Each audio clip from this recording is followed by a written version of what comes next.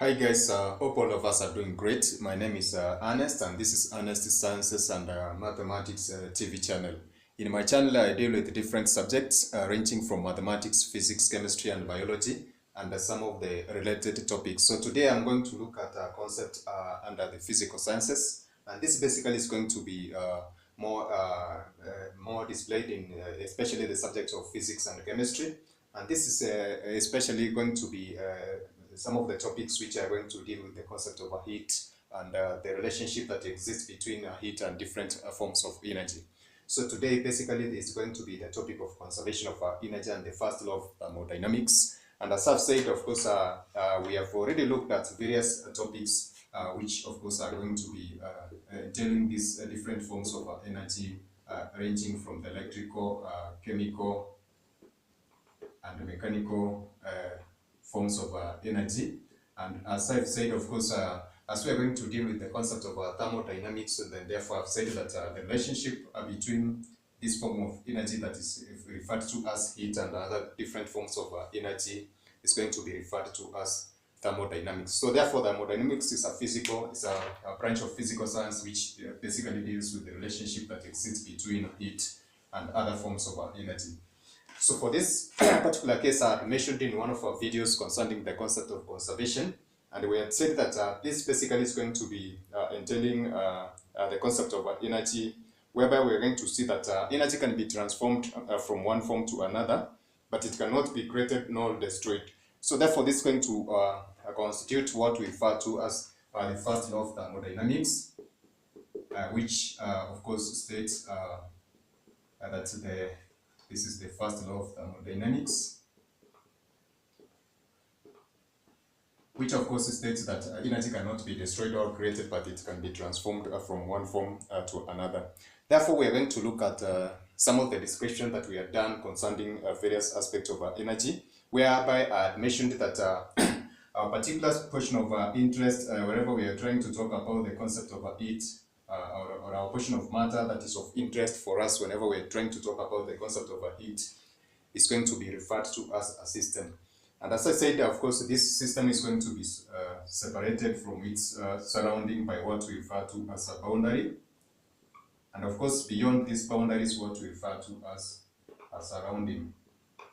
So therefore, as we are going to look at this concept of a conservation of energy and the first law of thermodynamics, we are going to see how we can be able to describe this aspect of conservation of energy using this specific description that we had given in our earlier discussion on the concept of the system boundary and the surrounding. And thereafter, we had mentioned that this whole aspect constitutes what we refer to as the universe. So therefore, this is going to give us a clue on how we can be able to find a relationship that exists between the various aspects of thermodynamics and conservation of energy. And this is going to assist us achieve our objective for today of understanding this particular aspect of the first law of thermodynamics. So therefore, I'm going to have an illustration on the board, which is going to assist us, of course, elaborate on this specific concept. So therefore, I've said about the system. Now we're going to see later that the system basically is going to constitute these two specific aspects. I've mentioned about the concept of mechanical energy and of course electrical energy or heat energy. Therefore, the system is going to constitute what we refer to as the thermal energy reservoir, and this is going to constitute also what we call the mechanical energy reservoir, given as such. So therefore, as we are going to see later, then we can be able to describe these two specific aspects of the system for the thermal and the mechanical energy reservoir all together. So all those processes which are going to be enclosed or rather be described within this particular three aspects of the system, thermal and mechanical reservoir, can be regarded as the universe of the system.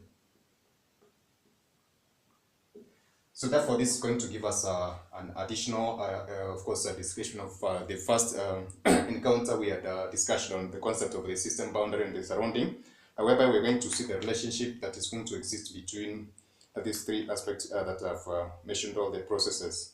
Of course, this is also going to accompany, of course, entail another process that is taking place within this universe of the system, and that is going to be regarded as, of course, the universe of the system respectively. Now, from our first discussion on the concept of chemical reactions, we had said that we're going to have at least some aspect of transformation whenever we are going to, of course, perform chemical reactions, whereby we said that if we have this is a reagent that is undergoing a chemical reaction, it's going to form a product which is going to be referred to as B. So therefore, this process in between here is going to be referred to as a transition. And in a chemical reaction, we're going to see that there will be a change from the initial state of A to B. And of course, we can be able to give a description in that specific respect.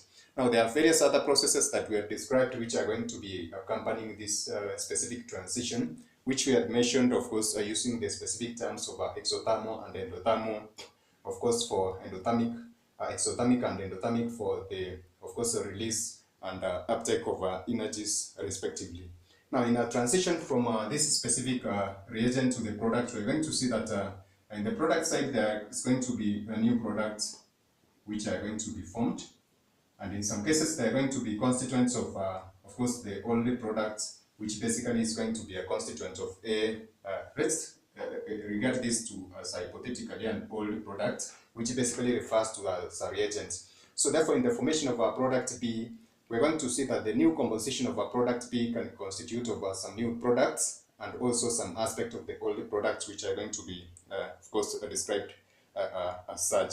And in this case, we're going to see that there are some aspects which are going to be considered or involved in this case. And we talked about the concept of temperature, volume, and pressure, which are going to be variables, which are going to be accompanied, of course, taking place or rather be involved in the transition from A to B in one way or another, respectively. And also I can consider the aspects. We have talked about the mole concept, and of course we're going to see the number of moles which are going to be involved in this specific reaction, and therefore we're going to consider the aspect of mass and also, as I've said, the composition. So in this particular case, then therefore, as we're going to see from this specific interaction between different chemicals and the concept of energy, we can be able to describe the universe of a system using these various aspects that I've mentioned for temperature, pressure, volume, and the composition. And for a fixed, for a system of a fixed, perhaps mass and composition, we're going to see that fixing n of these two variables is going to basically imply that the third aspect is fixed automatically. So therefore, the relationship between these three, of course, we had looked at them, which I'm going to put a link in the description box. And this basically is going to entail the concept of gas laws for Boyle's law, Charles law, and the combined gas laws, respectively. So therefore, we can be able to describe the energy that is going to take place between the transition between A and B using a symbol equation, which is going to assist us to describe this concept of conservation of energy, which is going to be basically regarding the first law of thermodynamics. So therefore, if we have a state change from A to B, we can be able to describe the energy of this specific state of the system that is undergoing transition as the energy of the universe, as I've said. And from the law of conservation of energy, the total change in energy is going to be zero, and therefore that's one implies to the fact that we have mentioned that energy can neither be created nor destroyed, but change from one form to another. So therefore, as I said that the universe of the system is going to consist of what we refer to as the thermal aspect of the thermal energy reservoir and the mechanical energy reservoir. We can come up with a general equation that is describe the change in energy for the thermal aspect plus the change in energy of the mechanical aspect, of course, plus the change in energy from A to B, which is going to be conserved and given as zero. So therefore, we can be able to give a variation of this specific formula, or for a general case of the internal energy which we had given as, I've used the initial E, so this is going to refer to as internal energy. So therefore, we can be able to describe the change in internal energy by giving it as delta E equals the new energy from the initial energy given as such, and that's going to depict the change in internal energy. And in our case, we say that this is going to be the transition between A to B. which is the product minus the reactant given as such. So therefore, this is going to give us a general equation for description of the change in energy in relation to the conservation of energy given as such. So therefore, this particular equation, I talked about some of the concept of the state function when I was trying to discuss the concept of enthalpy. And we're going also to see that this particular change in energy is going to be a state function, which is of course going to be independent of the path that is being followed in that specific chemical reaction. So therefore, this is going to give us a clue on the aspect of the conservation of energy and the first law of thermodynamics. And of course, as I've said, I can just give it, or I just mention it roughly as I've said, so that we can be able to just have a relationship or a clearer way in describing this specific relationship as I've said. So I've said that the first law of thermodynamics can be stated as or can be able to be described as, although the energy that we describe for heat can be able to be transformed from one form to another. It can either be created or not destroyed, and therefore the system, the energy of the system is going to remain constant, and of course it can be changed from one form to another, as we have said, using the various forms of energy that we have mentioned. So in our next discussion, we're going to look at this aspect of a change in energy in details. And of course, that is going to shed for us some light on how we can be able to quantify this aspect of the concept of energy and other various forms, especially the heat energy and other various forms that I've mentioned for mechanical, electric, and chemical energy, respectively.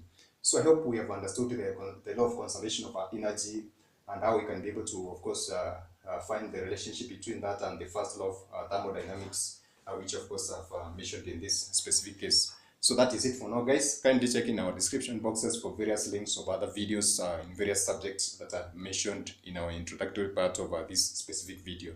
So that is it for today, guys. Bye. God bless you. Catch us in our next video.